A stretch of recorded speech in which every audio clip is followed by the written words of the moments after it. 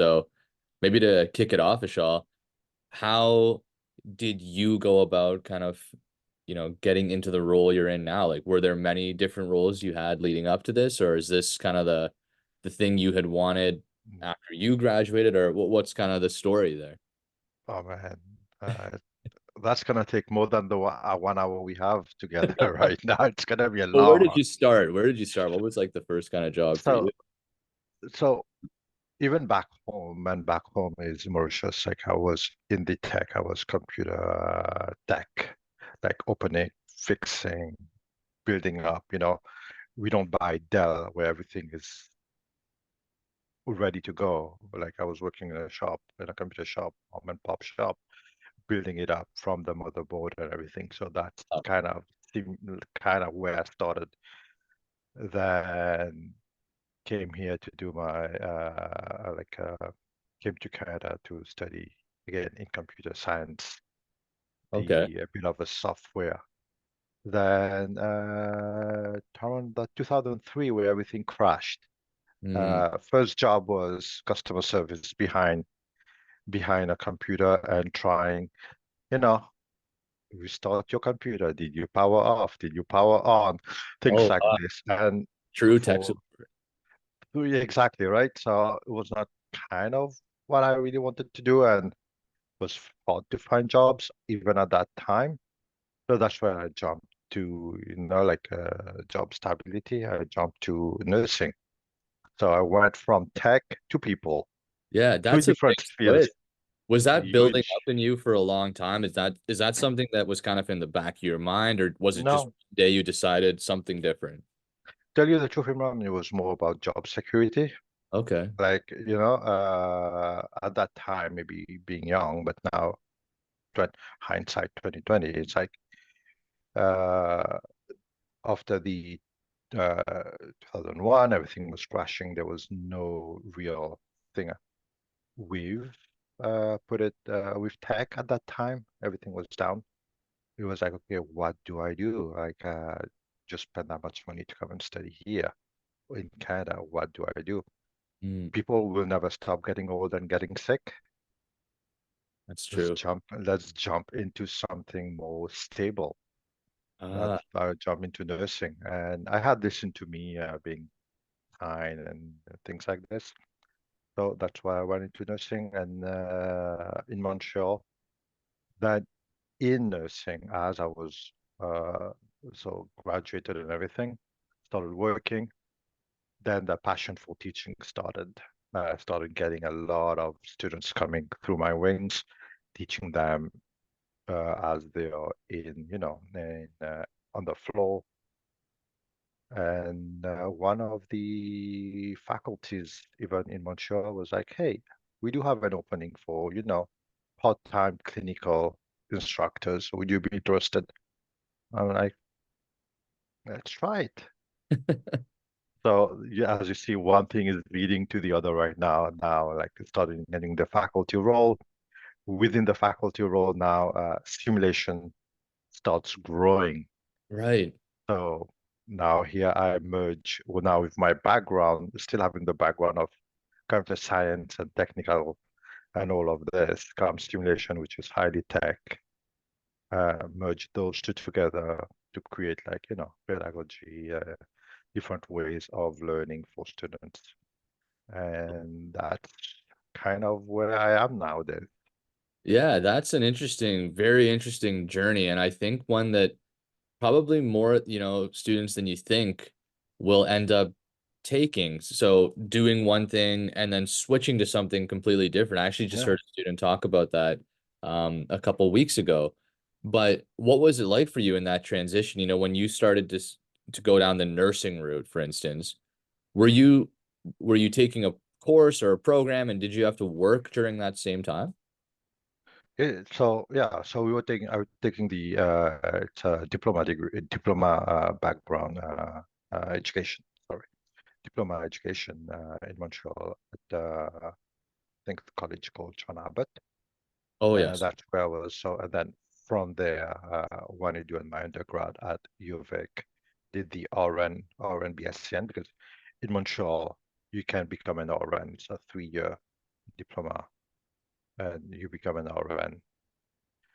Uh, and yes, at that time, part-time jobs, calling people, telemarketing, customer service, Ah, just to make ends meet. yeah, that's insightful to hear. I think a lot of students feel like they have to just make this big switch, but there's kind of a bridge in between, right? Like to Yeah, support you as you explore that new thing. So I think for students that will, be listening to this podcast, it's important to know that it's a step-by-step approach. You didn't just yeah, become a nurse, you continued working in a part-time capacity yeah. as you develop those skills. Do you think that's the same kind of strategies students should take now? Is that still an effective way to I think change careers, would you say? even even with my talking to my students, even nowadays, I think a lot of them are still Yeah. uh, balancing, the school life. And even what I find even harder nowadays is we there's a lot more mature students with even family. At that time, say I had no kids or anything. It was just my primary was studying and then part-time work, right? Balancing between those two. But what I find nowadays, uh, there is also quite a bit of, upskilling or reskilling, changing careers where they have to restudy and then still bring food to the table because they have a family also at the same time. So kind of balancing three big major roles as in one, right? So Would you have any with recommendations, yeah, around balancing that? So, let's say someone has started in one career path and they want to make this switch. Um, what kind of programs are available now that you might recommend for them? You might not jump right into a full 4-year degree program. yeah, Are there other options that you have seen that would be a good way for someone to kind of break into a new field and start learning some skills or like new ways to learn those new I skills? think there is. I think there is. Even with this whole evolution of online learning nowadays, True. they've become online part time. So and that I think talks more, to these uh, population that has to balance more. Like they can still be keeping, their 20, 25, 30 hours of a part-time role just to keep to get the financial the money coming in, and also at the same time, the upscaling or changing whole new career per se, right? And still balancing those two, That's taking two courses at a time, three courses at a time, things like this at a part-time level. Yeah, Yeah, that makes a lot of sense. I think that's worth exploring again for those listening. If you are trying to make that switch, there are online options. It doesn't mean you have to take on a full new degree program or diploma program. There are kind yeah, of smaller micro ways to start building these skills. So that's really helpful to hear, Vishal. That's and something that I think is somewhat new in a way. yeah, it is. And also, if you've looked at the new trend nowadays, is a lot of those micro certifications. Yes, You're that's what I was. taking a lot of the micro certs, getting you to bachelor's, getting you into here. I think completing enough. So now again, it depends on the institution you are in, what you can be doing, right? Uh, even say, for example, also, so I think I did only my diploma in person. All Oh, my others were online. So I lived in Montreal, but did my bachelor degree in nursing, sorry, Bachelor of Science in Nursing from University of Victoria. I was wondering how So you did that. Yeah. I was in Montreal. Right now, I just finished my master's in ed from Newfoundland Memorial. Congratulations. So thank you. That's So amazing. again, right, balancing work, full-time work, part-time schooling, families, and it is a big sacrifice, Yeah, but at the same time, it can be done. Yeah. that's really helpful to hear. I think a lot of people will appreciate that that explanation there, Vishal. Thank you. The other thing that you made me wonder as you explained your story is that as you made this transition into nursing and you started taking courses, it sounds like you met faculty that ultimately offered you an opportunity to Hmm. make that next transition into teaching. So I'm wondering if you have any advice around networking in that sense. Like, where did you end up meeting people that offered you an opportunity one day? Was it all through school, or were there other places that you met people that ended up, helping you later down the road? Oh yeah, true. So as you know, also, Imran, like networking Yeah. is huge. Yes, as you said, so as I was working in the hospital setting, we were meeting a lot of different faculties from a lot of different colleges, universities coming in. Mhm. It's about this networking, talking to them, going out to conference, talking to people. That's how you start making those network. And as you build those networks, and that's what they are face-to-face networking, right? Nowadays, LinkedIn also give you that huge network online, where you're meeting people with your own interests. You start following people, like people that have the same interest in you, and then that's where you start building those interests, communicating with people. And then, whenever there's a job opportunities, people will reach out. That's how networking works, right? So it's not always. It is still I would say 90% find people who find jobs goes to, say, Monsters, Indeed, the job search engines to find a job. Mhm. But there's other that, maybe that 10% where if you get referred by somebody, it's easier to get in. Yeah, absolutely. And so for you, it was talking to people, at the school, going to conferences and events Mhm. and, having these conversations with Yeah, people, reaching out to folks on LinkedIn. Those are all things I think students can do today. So, again, a really practical insight into kind of how you got where you are yeah, was making those connections along the way. And there's so many opportunities to do that, like you're saying. It's nerve-wracking for sure, but worth yeah. Just get that shyness away and start opening up, it. right? Um, oh, Easy to say, hard to do, yes. but have to start somewhere, right? Yeah, absolutely. And it gets better for sure. And you end up meeting some interesting people, like you're saying, people who have the same interests in you as you, and that always feels comforting. So it's totally worth it. Yeah. Uh, but on the other side of the job seeker world, like you were saying, for those folks who are going through Monster and Indeed, those are um, also avenues that can lead to some really cool opportunities. Have you seen that process change at all? Like, have you seen resumes change or cover letters change since you might have been using platforms like that? Any tips on how to make a resume or a cover letter stand out these days?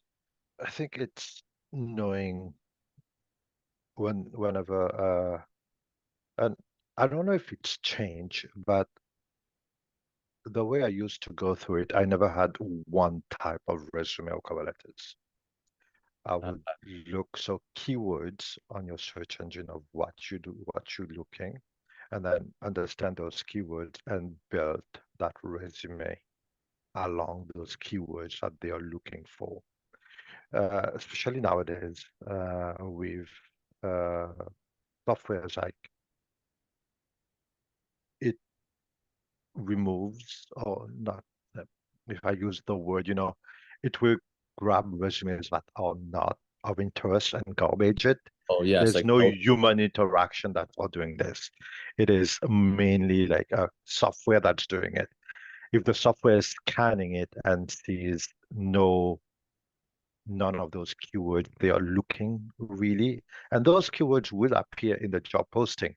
But Yeah, if in your resume they are not in there, it gets discarded. So I think it's about really do a good job scanning that job description, reading it well, really understand what they're doing, and then reframe that resume, reframe that cover letter when you're sending it so that it goes through that first software scanning process before somebody in HR is looking at it. that's a really helpful point, and one that many people I don't think are aware of because they don't know the other side of the kind Mhm. of job seeking process is that some companies get thousands of Yeah, applications. So it doesn't make sense to have, a person review each one of those when you could have, an applicant tracking yeah, software, the ATS tools, um, yeah, do the first scan like you're saying. So thank you for mentioning that, Vishal, because it's one of these things that people will get discouraged, right? They'll say, I sent out 100 resumes and yeah. I didn't hear from anyone. But to your point, if those resumes aren't tailored To to what the you're looking job, for. yeah, Exactly. that's why you're not getting Exactly. it. And Um, we've heard that tagline, like job searching is a full-time job in itself. yeah. You are searching, you are looking, you're sending 100 resumes a week. And but again, right, I think my trick into that would be to make your resume according to the job you are looking for, right? That's a great piece of advice, and it will take longer, but again, that is worth it. It's worth the time because now you're giving yourself a real shot. You're not just sending a generic resume Exactly. and get overlooked. That's a And really helpful tip. What about for interviewing when it comes, let's say you've gotten through that first round and someone goes, "Hey, looks like you're hitting a lot of the key points we're looking for," and you get that opportunity to sit with someone. Has that process changed at all, do you think? Do you think people are looking for um any like I guess maybe my question is what can help people stand out in an interview today? Um Based on kind of what you've been seeing. Anything coming to mind for that? I think there's still, according to me, there's still that two school of thought, right? Uh, there's the idea of, you know, professionalism is still key. I have a story of that dates so long. Like I was still in Montreal and we were interviewing for even a part-time regular faculty.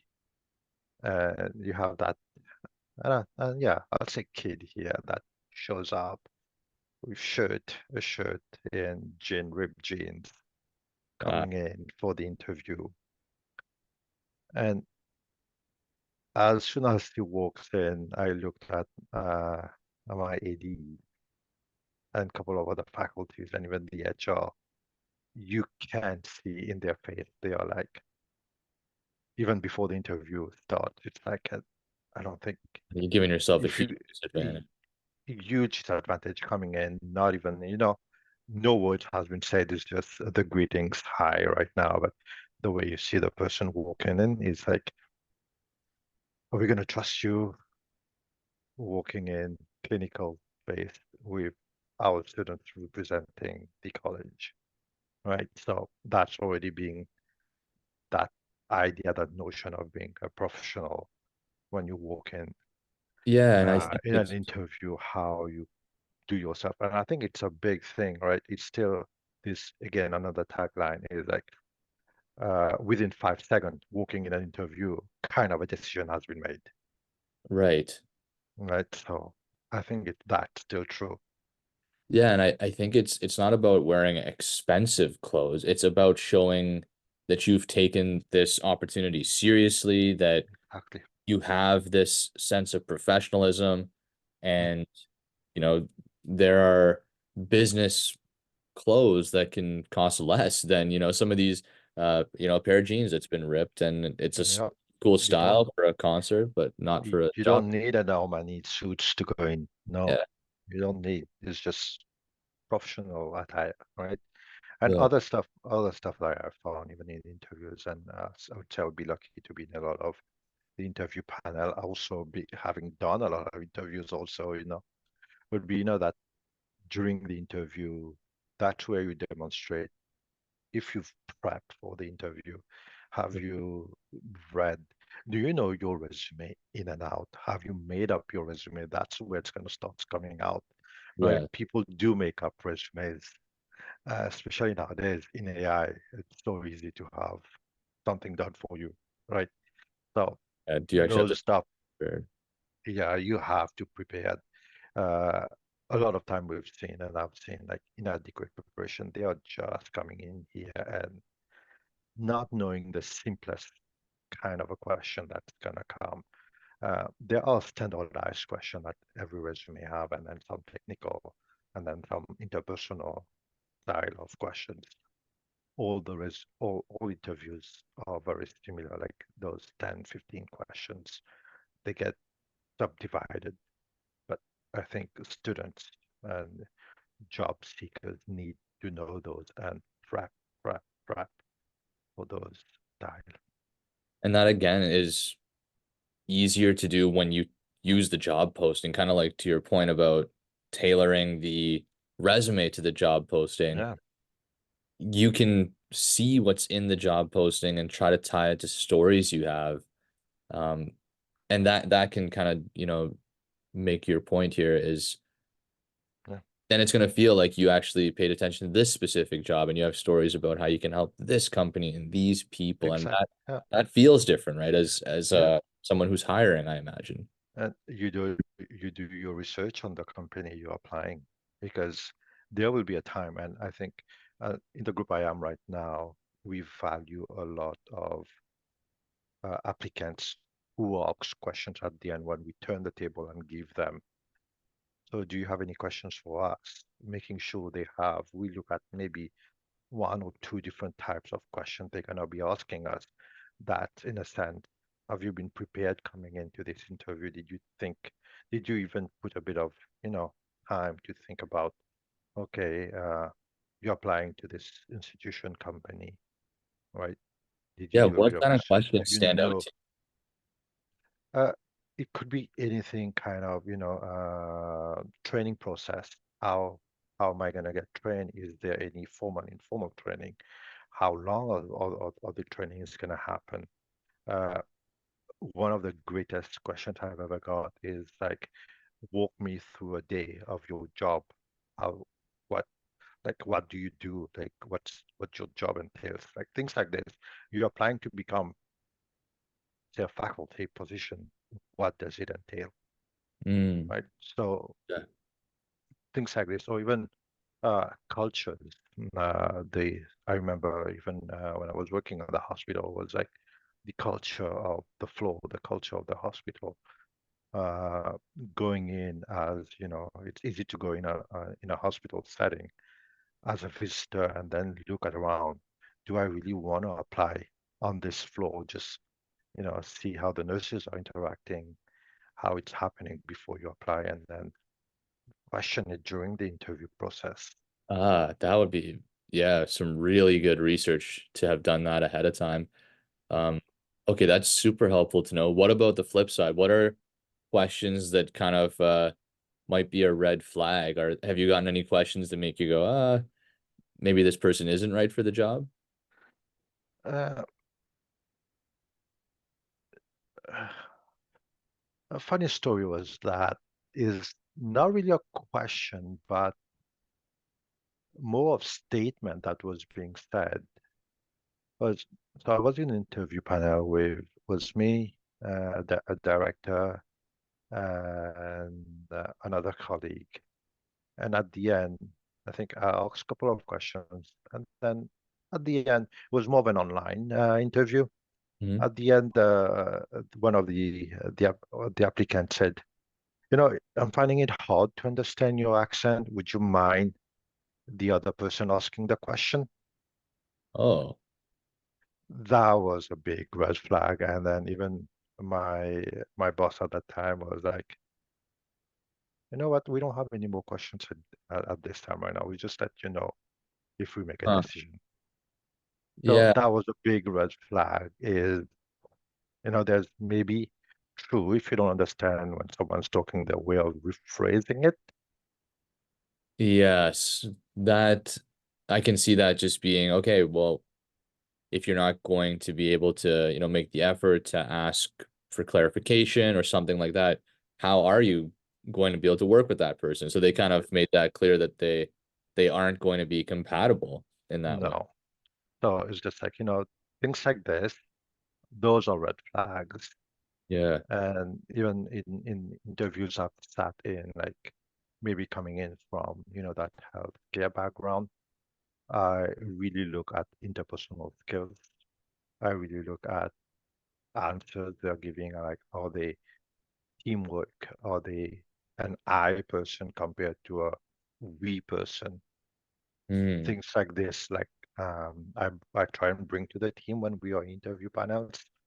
Yeah, Okay, those are good questions to keep in mind. I've every now and then I'll hear someone ask, how much vacation do I get, or yeah. what's the bonus structure like? I think those are honest questions, but I was wondering if those questions have ever come up, and if there's a certain feeling about those being the questions someone has, because it makes sense, for I people to think, be curious about those things. But is it the right question to ask in an but interview? I think uh, I'll tell you, man, I don't really know an answer to this right now because all the job has been kind of a unionized position where Hmm. everything has been posted. It is posted how much you're gonna make, how much you're gonna pay, Right. your vacation, how what it is. So here goes again. If someone that did their research, they want to know, it's Uh, posted. So how did they? But again, granted, maybe somebody has not done it and they're still asking for it. I right. don't think, to me, those has not been red flags. But maybe there's a time to be asking it if there is going to be maybe a second interview, or not maybe your first interview. I think the first interview is more, again, to me, your first interview is more, what can you bring to the team? You're going to be willing to apply and work with, right? Then second might be, okay, what you now as a company going to offer me if I say yes? Because you should have seen something good in me right now to give me a second interview. So Yeah. now let's turn the table more to a 50-50 per se. What Ah, are you going to offer me? And then for me to come back to you now. Because you already kind of accepted me in a sense while you're giving me a second interview. that seems a good timing to ask some of those kind of questions. That's a good point. Yeah. Like, I don't know.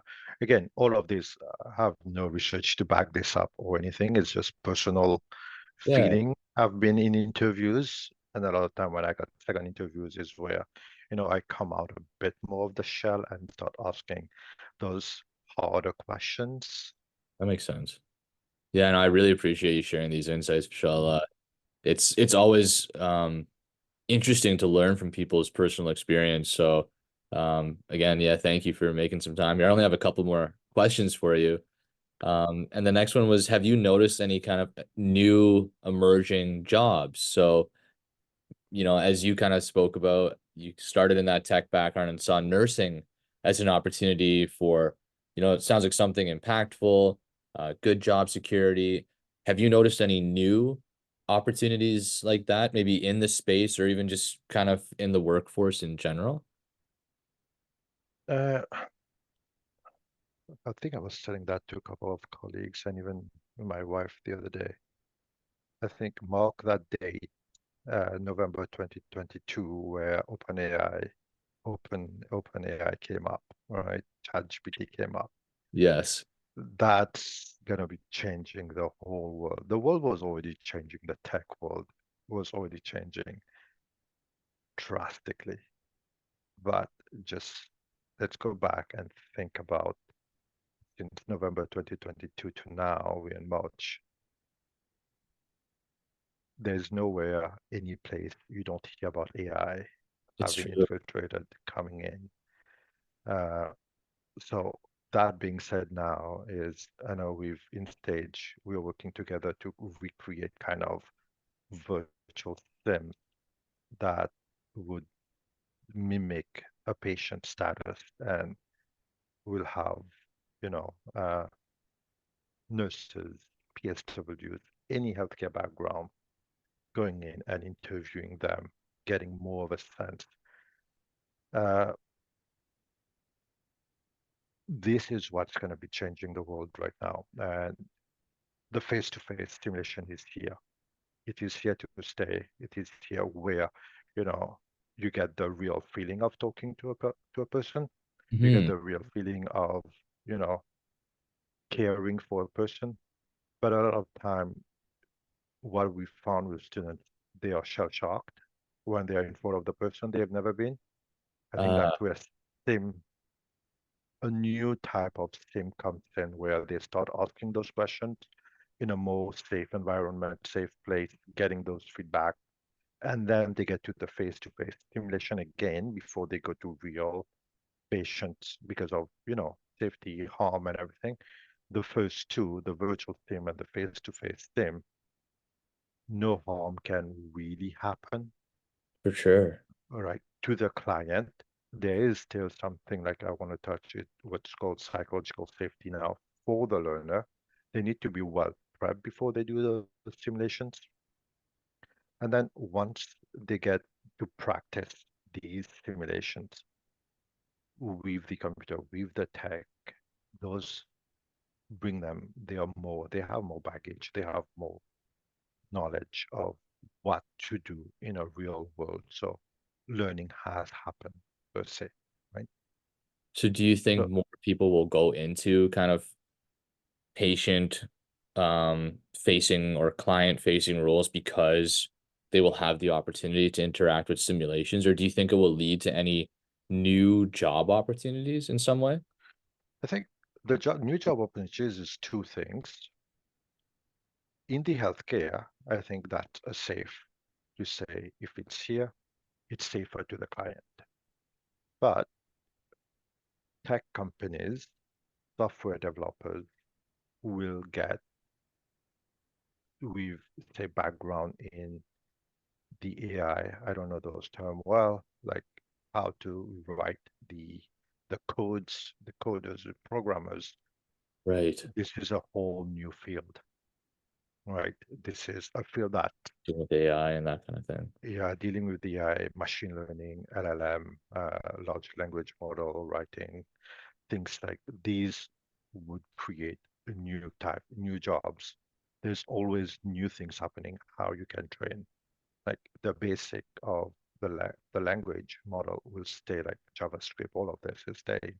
But nowadays, if you teach AI how to write it for you, in terms of time, you've gone way quicker and better, and you just managing that time, right? So I Yeah. think it's a win-win for everything.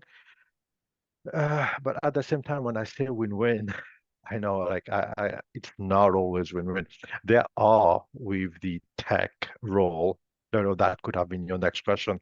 There will be some challenges. There will be people who Sure. not losing job. There might be. I'm scared because I'm looking at even I do that a lot nowadays. I don't know if you've tried say Mid-Journey or I was just using the other day. I was using the Adobe Firefly where you just type a sentence and they create the whole banner, the whole graphic design for you, Yes, and you just it's need to keep amazing and adding. strange for sure. Yeah, you keep refining it until you find something, right? And then I'm like, hmm, what's happening to the graphic designer role? What's happening is a 3D modelers, like in stage, because you do a lot of 3D modeling around your avatars. Yeah. So if you do a 3D modeler like this, you just type, okay, give me a model like this, but this looks like this, does this here and there. Yeah. So I'm scared a bit for certain jobs, but maybe with some upskilling from them, knowing how to use with AI, they can still keep their job, but get better at it because they know the inside out. Like when me, I'm typing those, statement to create something for me, I might be missing some, finer details. Maybe a 3D modeler or a graphic designer will have. Yeah, that makes sense. Learning how to add it to your tool belt really uh, Yeah. definitely sounds like a good strategy. The only last question I have for you, Vishal, is do any recent kind of stories come to mind around students who have been successful, you know, getting maybe their first job or their dream job? Do you have any stories like that? And we don't have to say names, of course, or anything, but like Yeah. it's always interesting to hear what they did kind of at a high level along the way to end up where they were. Anyone coming to mind for you? Yes. Again, as a disclaimer, I'm not trying to, so to our listener here, I'm not trying to promote in stage, uh, but at the same time, so we did, you know, we had an assignment with the mock interviews where then students were able to start doing their own, uh, creating their own interview questions based on job description that's seen. So we had students emailing me, you know what, man, that was awesome. We were able, so I applied for a job at Hamilton Health Sciences. I've put all their requirements, the job posting in the InStage platform. It spits out 10 questions. Practice those 10 questions. I redid it with 10 different questions, keep practicing. And first interview, they got their job. And Wow. they are like, if only we could have this for the longest time. Oh, That wow. would be awesome. And that was what, uh, semester three students. Then I have others saying like, well, we've been in here and we are applying for jobs since semester one. Why can't we have things like this so that any type of job we can practice those interview and get those jobs ready, right? So I think those are success stories for the students, and I think we are like, it's good that you guys are creating platform softwares like this that are helping the next generation of students to find a job because how hard it is to find job nowadays. And I think we just did a full circle of our conversation right now. How Yeah. hard it is to find how hard it is to find a job in today's climate. And I think having something like this is totally worth it. Oh, that is an awesome story, Vishal. Yeah, I wasn't, I agree. I'm so proud of what InStage has done, but I don't always get the chance to hear these stories. So that's a Yeah, really, really cool and yeah, good reminder to hear something like that. So yeah, thanks for sharing all these insights today.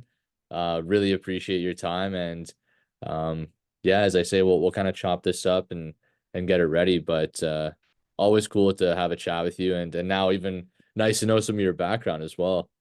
yeah, yeah. I told you it's a long story, my background. Yeah.